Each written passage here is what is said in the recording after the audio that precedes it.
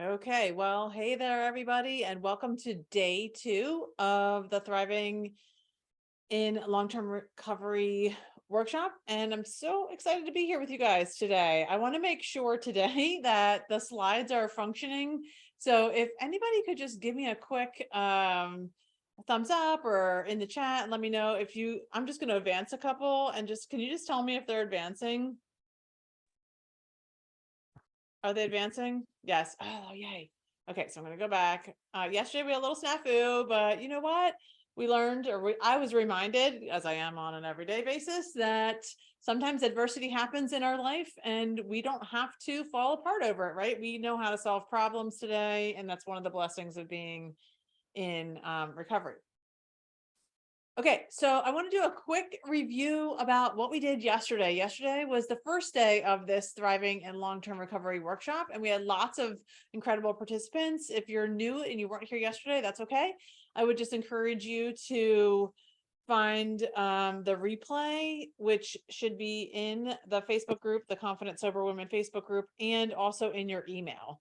I actually included the PDF of the slides as well, since you didn't see them, in case you wanted to kind of refer to those. So check your email for that. The same thing will happen today, although hopefully we won't need to have the slide PDF because everything's going to be functioning incredibly well. So I was so encouraged yesterday when I was with all of you ladies about just the way you were sharing in the chat, the way you were open-minded and really listening intently to the content.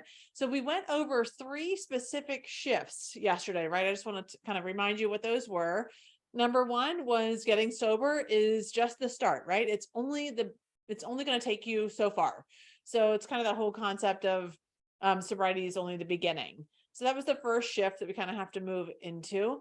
The second shift is the path to thriving in long-term sobriety is hiding in plain sight, meaning we have a lot of these tools and things right inside of us. They just haven't been revealed to us yet, or we just don't know how to access them because we haven't been given the tools or the right guide. And shift number 3 was the process of thriving takes 4 steps, right? And that's what we're going to be talking about over the next 2 days specifically. So today I'm going to share with you the first 2 pillars of the program. And tomorrow I'm going to share with you the second 2 pillars of the program. And again, most of you guys are going to get a ton out of the things that we do today and tomorrow. And then if we meet for a bonus day on Thursday, just like you did yesterday, and you're probably going to take those tools right into your life and kind of put them in place and use them. And then some of you are also going to want to dive in a little deeper. You're going to know like, oh yeah, I need more of this. And you're going to want to jump into the Sober Freedom Transformation, which is my program. So if that's you, that's awesome. If you're here to just kind of get the information I'm here to share with you, that's totally cool too. But either way, I'm just so glad you're here. If you do want to jump in, and you're like, I'm ready, I already know, just send me a message and I'll share with you exactly how to do that. So I want to make sure that I don't make anybody wait if they're ready today, but we will share more about what that looks like tomorrow after the workshop or towards the end. All right, are we ready? We're going to get into the meat and sort of some practical action of how we begin to thrive in long-term sobriety and going over these first 2 pillars. So I want to start off by asking you kind of, what have you guys noticed about your thought patterns since you've been sober for like a year or so? I'm gonna look at the chat before I jump in. What have you guys noticed? Throw it in the chat. Like, have you noticed any changes? Have you noticed it? Maybe it's good, maybe it's bad. What's been different for you after this first year of sobriety with your thoughts?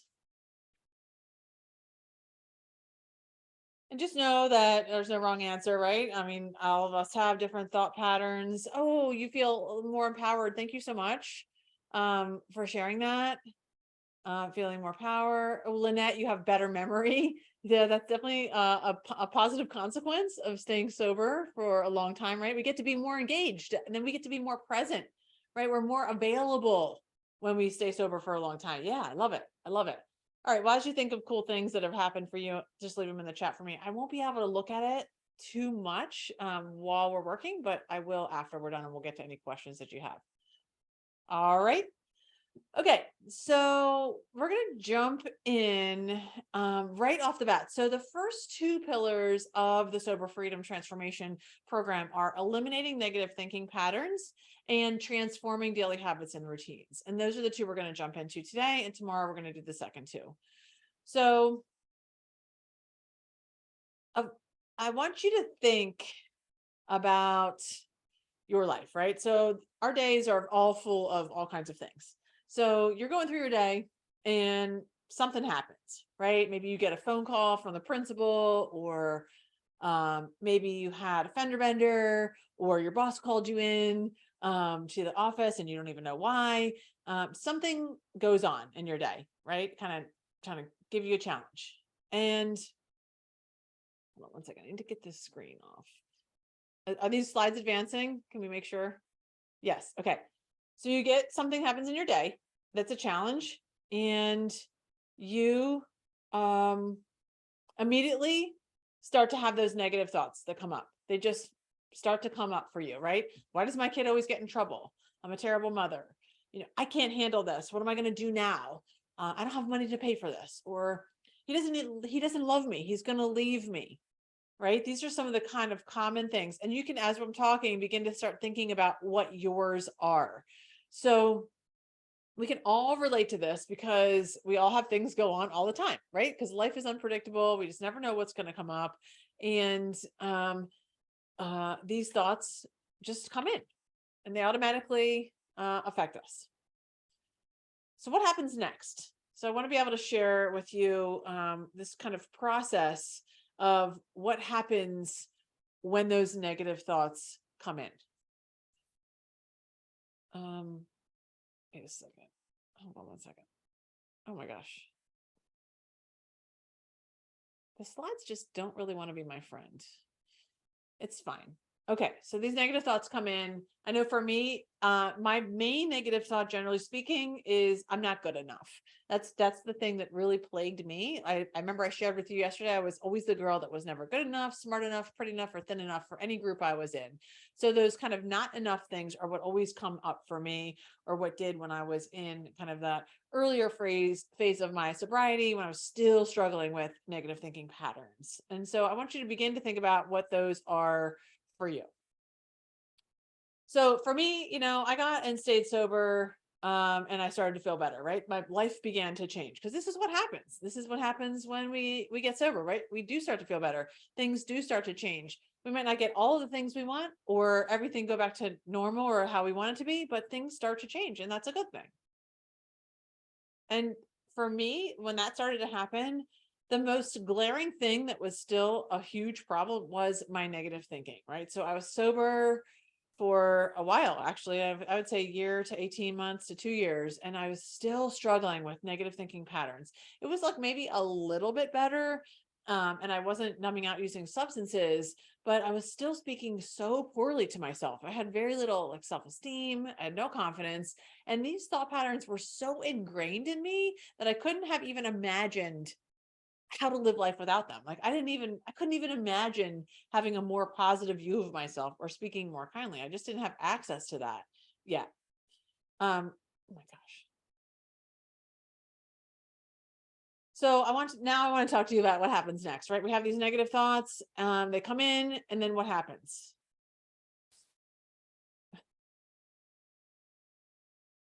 At the top, there's like a triangle, right? This is called the thought triangle. So at the top of the triangle is the negative thought or belief about yourself, right?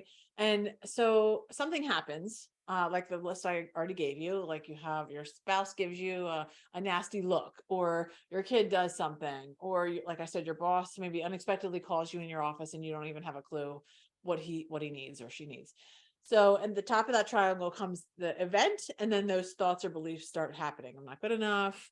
He's going to leave me. I can never do anything right. I'm a failure. And from those thoughts, your brain starts to activate and create feelings, right? So then feelings start to bubble up. Feelings like sadness, a lot of fear. For me, it was usually fear based, right? A lot of fear, discontent, insecurity. Feelings start to come up. And then from those feelings, behaviors happen. So things like emotional eating, harming yourself in some way, acting out, lashing out with anger, making a bad choice in some other way, right? We act out, right? That's what happens. So you have the thought based on the event leads to feelings, which leads to behaviors. Tracking with me? Okay, good. So this is the triangle I want you to kind of keep in your mind. It's exactly how it shows it right here. We have those thoughts, they lead to the feelings, and then they lead to the behaviors. And it can go the other way too. Occasionally, the behaviors can happen first and then the feelings. But a lot of times, in my view, it goes thoughts, feelings, behaviors. What? I'm not sure. Hold on one second. Okay. So can you see this slide? Taking a thought inventory? No.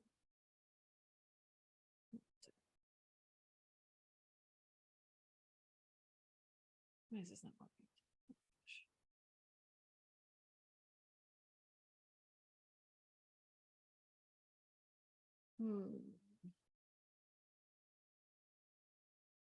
It's showing up now.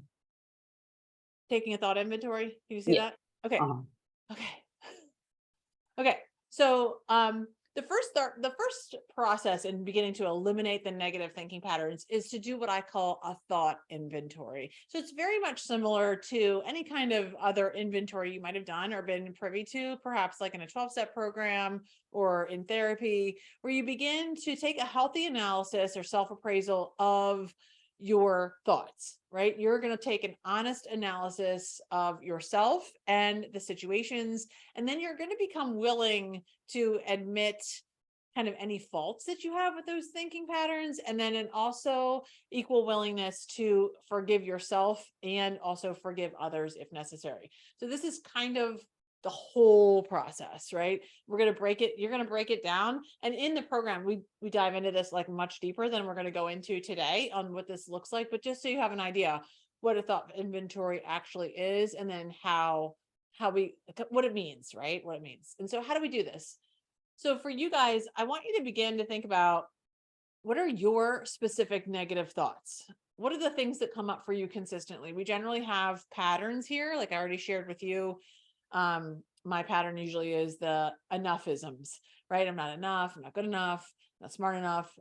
Sometimes it goes to other things too. But for everybody, we usually have specific patterns that happen when our thoughts are in this negative space. So I want you to begin to really get in touch with what those are, and maybe even jot them down. Like maybe if you're into journaling, you can kind of jot them down. And I would encourage you, as you're kind of going through your day, this is the work I ask my women to do, right? I challenge them as you're going about your day for a period of time, maybe like a week or so, jot down what comes up for you. When something happens, what are the thoughts that start to come up for you immediately in that situation? Just take a quick note. In the Sober Freedom Transformation, we talk a little bit more about what negative thoughts, why they happen, and then the different types, because there's different types of them, and we generally do fall into a specific style or pattern. And then for when those thoughts come up, and then you kind of jot them down and begin to notice them, I want you to kind of do the next level, which is, when do they occur? Do they happen kind of right after there's an incident? Do they happen before? Are they at night?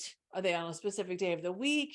Are they what emotions are attached to them? Is there lots of sadness or fear or anger?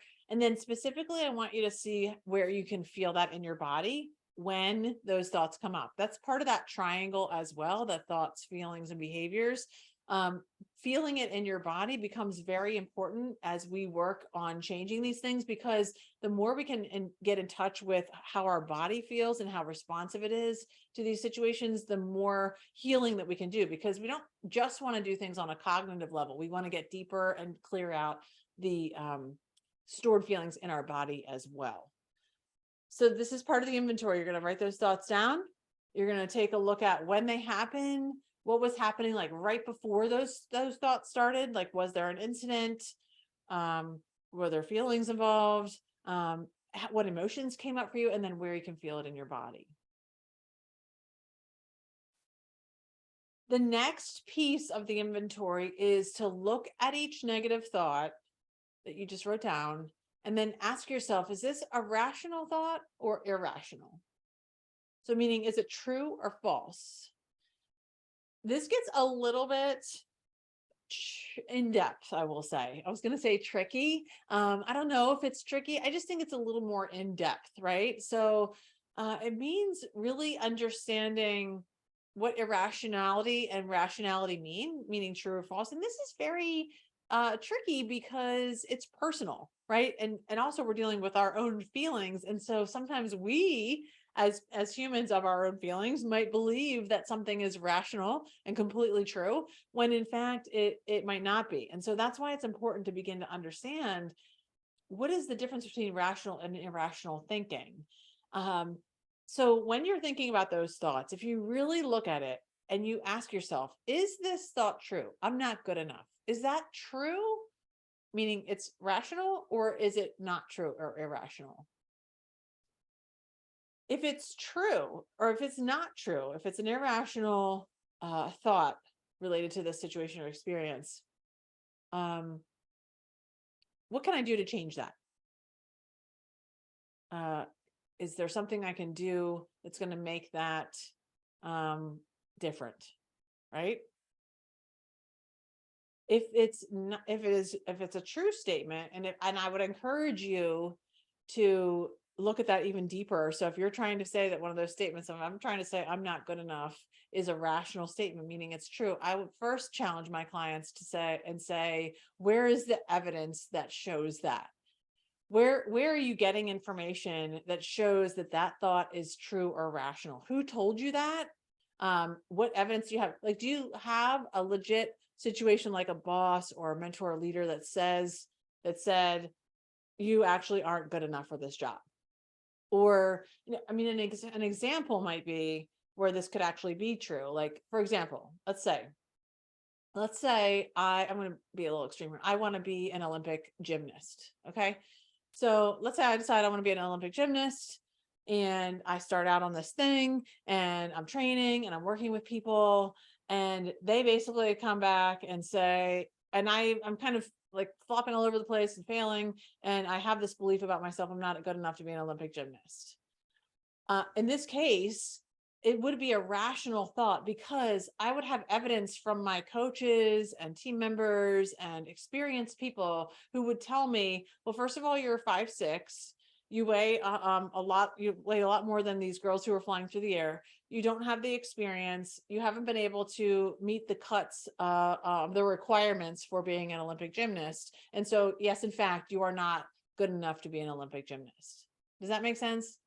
And so that's a kind of an extreme example, but it's a one that I can show that actually does show that the statement, I'm not good enough in this particular thing, is rational to be an Olympic gymnast. Now where this can get changed a little is I can say, well, maybe I can't be an Olympic gymnast, but I could work on my flexibility. I want to learn how to be more flexible.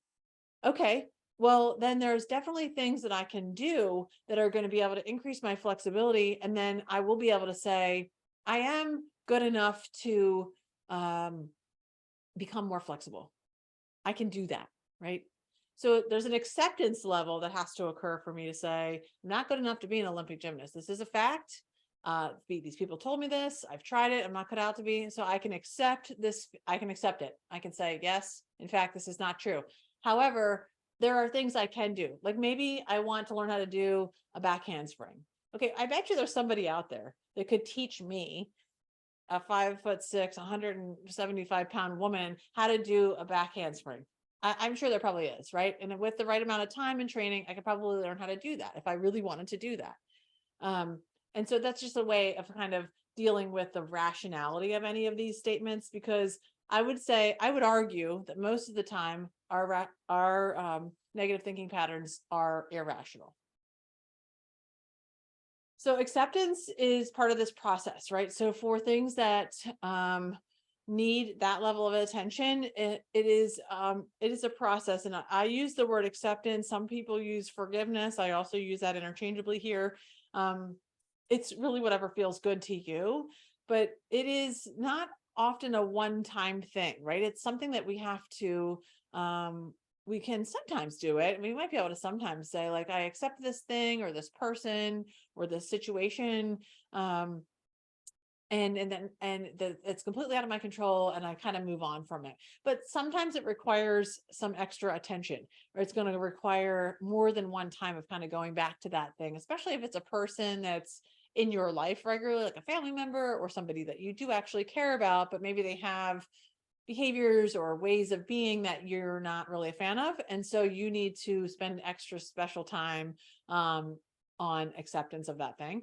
So this can be done through like prayer and forgiveness, meditation, willingness, or sometimes just time. So when we're thinking about our own thinking patterns and things that we might need to accept about ourselves, meaning those things that might be rational statements like I can't be an Olympic gymnast.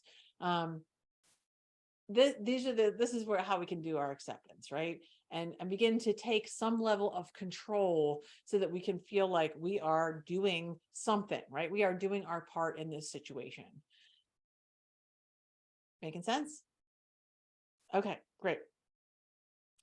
So another way to begin to take some sense of control or to begin to change these on the process of eliminating our negative thinking patterns is to start using different statements. So when you're working on things like acceptance or control types of issues, you can begin to say things like, I'm releasing control of this situation now. I'm letting go of this person. You can use things like the serenity prayer, or if you are a person of faith or you have other spiritual types of guiders in your life, you can add those things in.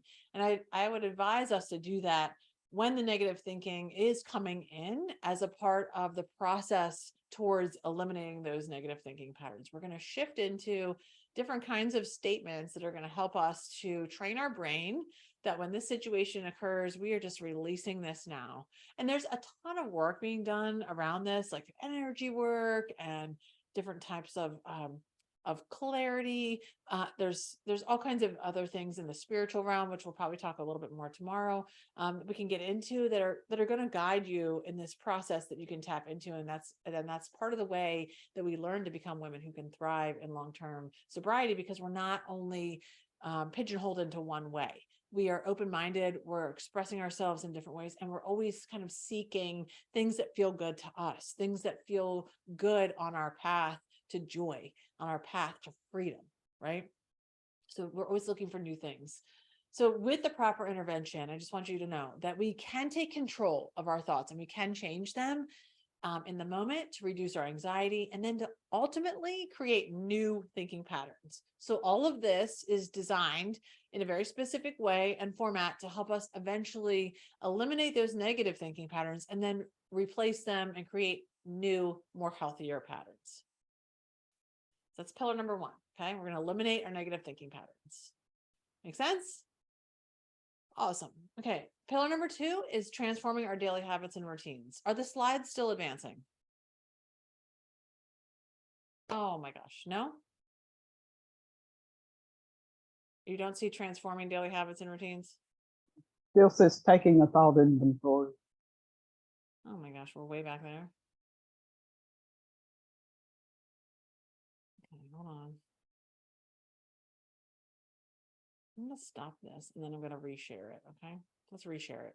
We'll try again. Here we go.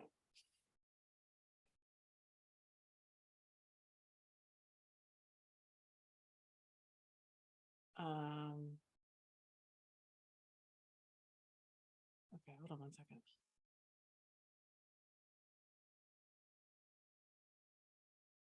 We're going to get there. We're going to get there. This is just part of what we do when we're thriving in sobriety, right?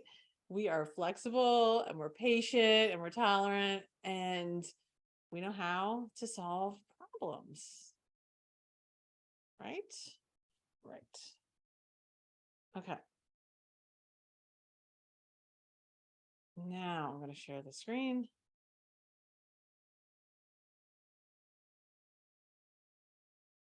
Okay. Do you see eliminating negative thinking patterns? Okay, great. Is it advancing? Transforming daily habits. Yes, yes. Okay, yay! Look at us. All right, so pillar number 2 is transforming daily habits and routines. Thank you for your patience. I appreciate you, ladies. So daily habits and routines we know are critical for building success to thrive. We know. This is along the same lines as kind of what we were just talking about with our thoughts, but these routines have to be done consistently over time to generate the transformation and self-trust that we are ultimately looking for. It has to be done consistently over time, mostly every day, right? So these are baby steps that we're going to add in place, done consistently over time to lead to big, huge transformation. And that's what we're all looking for here, right? We want to thrive. We didn't get sober to be a glum lot. We didn't get sober to have mediocre lives. We got sober to transform into joy, right? We got sober because we wanted to thrive. And I don't know about you, but everything about thrive and joy has nothing to do with the way I was living, even in my first year of sobriety, definitely not in active addiction, right? So there are all kinds of different routines, right? Some of them are also not so great, right? We all have them. We all have different habits and routines that we're involved in every single day. Some are already not so great. Some are awesome. And then we have the ones that are helpful to us and the ones that are not helpful. So what our job is to find the ones that are going to transform us into little thrive machines in sobriety, right? But it's best to pick things that are sustainable and that are going to be able to withstand the test of time. So my recommendation is always to pick to work on a morning routine first, right? I know a lot of you have probably heard about this. You've seen the Instagram plaques, right? Who talk about different morning routines and things. And I get it. Like everybody wants to talk about it and make it a big deal. I personally do think that what we do in the morning is a big deal. It is literally how we start our day, and it kind of sets up the whole day for the rest of the day, right? What we do in that morning time. So the morning is to me, I view it as like a little insurance policy, right? And it's kind of like I set myself up. So whatever else happens the rest of the day, I kind of know I've given myself, that time and space, right? So this looks like whatever you want it to look like. It truly does. And so that's what I love about it, is that you can create it however you want. My recommendation is to just pick one thing to get started with, right? So we're going to focus on the morning, and that might mean you have to get up a little bit early, or maybe you already have a morning routine. And if so, that's awesome. But if maybe you want to change it a little, like maybe you're like, well, I would like to add in some more journaling time, or I would like to add in meditation or exercise or whatever your thing is. It can really look however you want it to look. But it might require you to get up a little earlier. Like you might have to make that change in order to get the things that you want. So that's how we start. We start by taking a look at what is it that you'd like to have done in the morning? And then what is it going to take to get that? So if you're like not a good morning person and you're like a snooze button person and you're just like constantly, you don't get up when you say you're going to get up and, things like that, then it's going to be a challenge for you to get started with this. So I want you to take it slow. I want you to set your alarm for just like a little bit earlier every single day for like a week, right? So maybe I would say start with 10 minutes. If you can't, start with 5 minutes, right? I would start with 10 minutes and to set your alarm 10 minutes earlier every single day for 1 week. And then the next week, you start it for another 10 minutes, or maybe then you could go to 5 minutes. So we just incrementally start adding a tiny bit of time in the morning over a week at a time. And so that your body and your brain like aren't even going to notice that this is happening. It's such a small incremental change that it's not even going to be noticeable. Now, maybe the first day, it might be at the first couple days, but most of that is at the psychological level, meaning you're seeing the clock and the time, and that's affecting you versus actually your body not being able to get up at that time.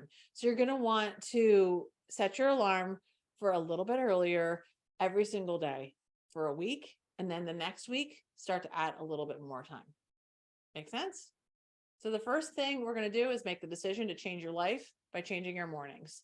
So what we do in the morning has a lasting impact for how we're going to feel and present ourselves for the rest of the day.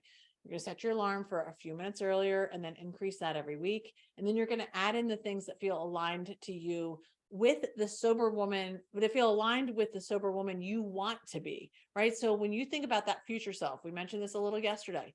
When you think about that future self, who you want to be, 6 months from now, a year from now, 2 years from now, we want to start doing things that feel like they're aligned with that future self. So if you want to be the kind of person who has physical fitness in their day every single day, then you're going to want to start adding in physical activity to your morning routine.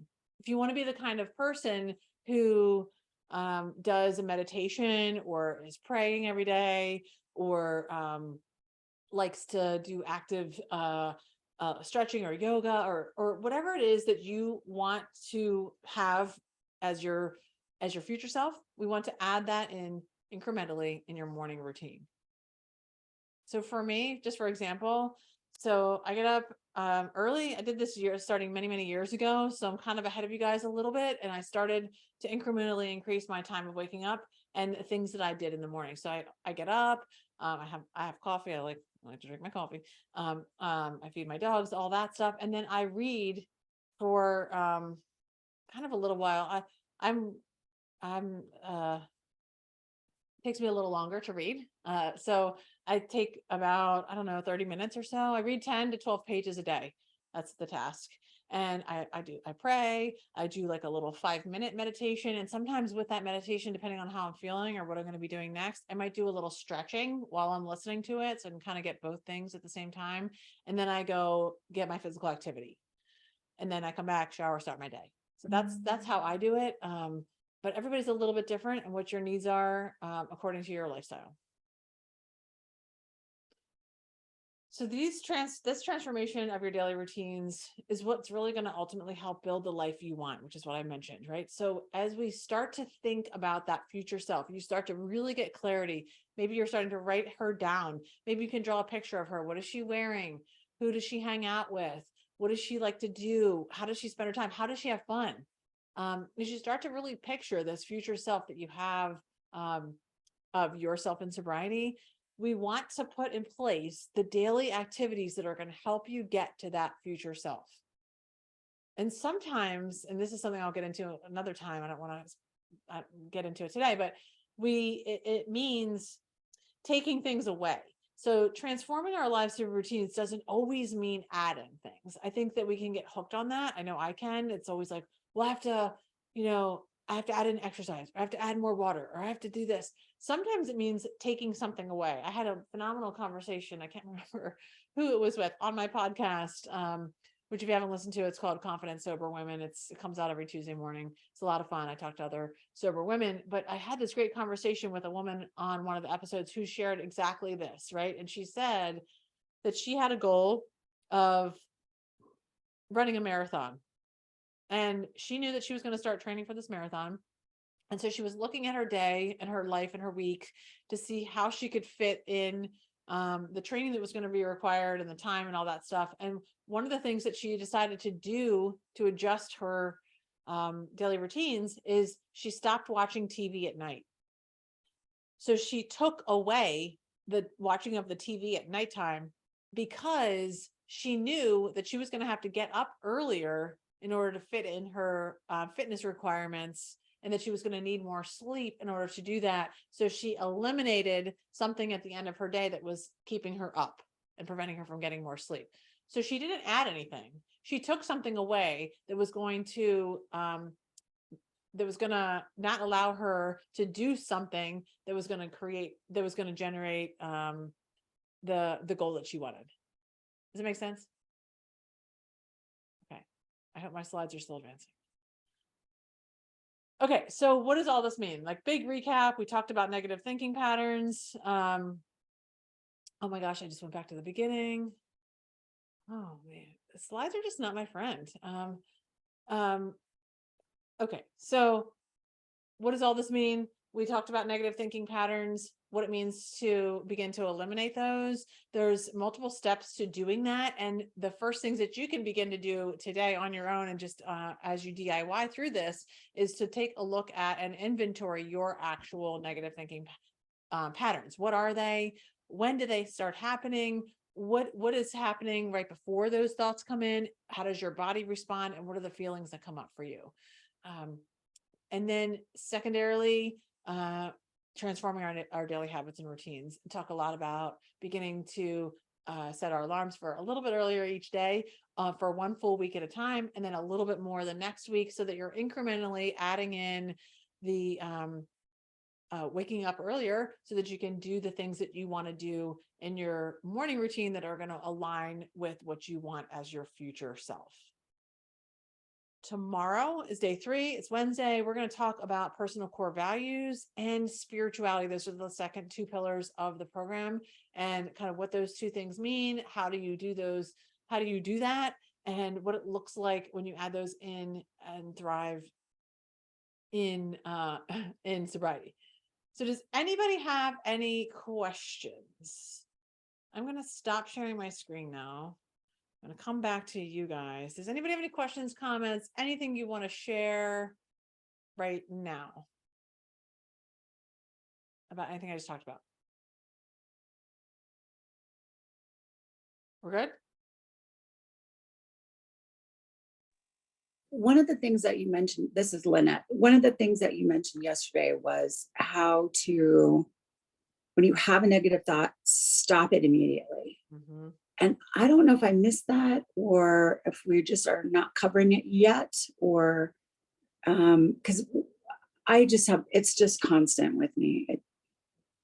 So, but that's some of that is the work that we do, right? That's definitely the work that we need to get into, because there's a couple different ways to do that. And as you begin to become more familiar with what your patterns are, you get really comfortable with taking the inventory, then we can start inserting the tools and techniques in order to do that. I'll share with you that one way to do that is using the stop sign technique.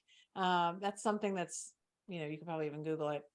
It's very, very basic and simple, but extremely effective. So basically it's when you're at the top of that triangle and the thought, like the incident happens and the thought comes in, you visualize a gigantic stop sign, and you can make it like a flashing stop sign. I've had clients like put pictures of a stop sign like on their phone. You can even use like little red dots and kind of put them around like your car or your home to kind of as like a signal to be like, and you see it as like a reminder to say, nope, we're not doing that today. We're going to stop that thought. So yeah, that's definitely the work that we get into in the program for sure. Okay. Make sense? Mm-hmm. Okay. So I went over a ton of stuff. I want you to digest that. Of course, you can go back and watch the replay, which you'll get in your emails as well. It's also streaming in the Confident Sober Women Facebook group right now, which you can go back and watch that at any time if it's helpful. And I am going to be so excited to share with you tomorrow the second 2 pillars and see how you felt about today. I have a question. Mm-hmm. Yesterday you mentioned your TEDx talk, and I couldn't get there from here. I kind of found it and couldn't figure out how to get to it. Okay, I will, if I can, are you in the Confident Sober Women Facebook group? Okay, it's definitely in there somewhere. So I can try to tag you in that post so that it'll like ping, you know, so it'll come up in your notifications and you can watch it. Okay. Okay. Thanks. All right. All right, everybody. Well, if you have any questions, just write them down, bring them back tomorrow, same time, same place. We'll go over those next 2 pillars and we're going to not have any tech issues. I'll see you tomorrow. Okay, thanks.